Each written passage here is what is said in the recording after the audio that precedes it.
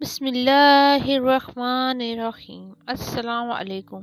آپ دیکھ رہے ہیں مقدس اسلامک چینل۔ میں آج آپ کے لیے ایسا مجرب وظیفہ لے کے آئی ہوں جس سے کمزور بچہ بھی اٹھ کے بیٹھ جائے گا۔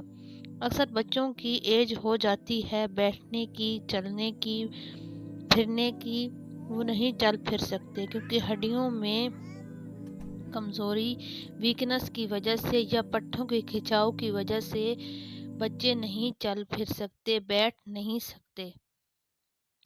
جو آج میں آپ کے لیے مجرب وظیفہ لے کے آئی ہوں، آپ سنیں گے اور حیران ہو جائیں گے، کیونکہ اکثر بچوں میں یہ کمزوری پائی جاتی ہے جس کا علاج ڈاکٹر بھی بہت عرصہ لگاتے ہیں، ہو جاتا ہے اور نہیں بھی ہوتا، کیونکہ بچوں کے پٹھوں کا مسئلہ اکثر پایا گیا ہے۔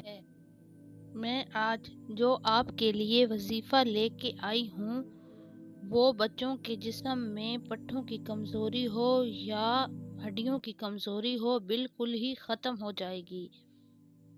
وظیفہ سورۃ کوثر اور سورۃ فاتحہ کا ہے۔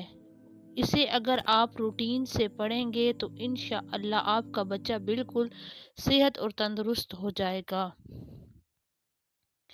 وظیفہ کچھ اس طرح ہے کہ 11 دفعہ سورۃ فاتحہ بسم اللہ کے ساتھ ملا کر پڑھنی ہے، یعنی 11 دفعہ سورۃ فاتحہ اور 11 دفعہ ہی بسم اللہ۔ بسم اللہ سے شروع کریں گے، سورۃ فاتحہ مکمل ہوگی، پھر بسم اللہ سے شروع کریں گے۔ اسی طرح 11 مرتبہ سورۃ فاتحہ اور 21 مرتبہ سورۃ کوثر پڑھنی ہے۔ پڑھ کر اپنے بچے کے اوپر، ہاتھوں پہ، پاؤں پہ پھونک مار دینی ہے، اور اگر آپ کے پاس زیتون کا تیل ہو یا لوکی کا تیل ہو تو بہت بہتر ہے۔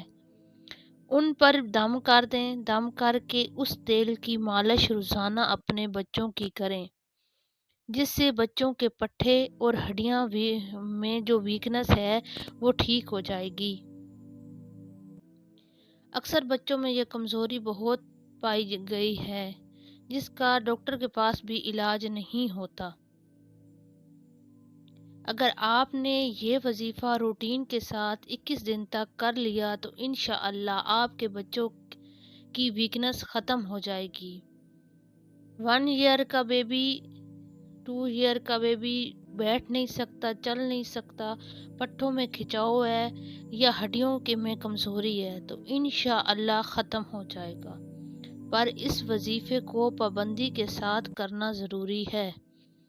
ایک دن کیا پھر نہیں کیا تو اس کا کوئی فائدہ نہیں ہوگا، رزلٹ انشاءاللہ آپ نے روٹین کے ساتھ اس وظیفے کو کیا تو آپ کا بچہ صحت مند اور تندرست ہو جائے گا۔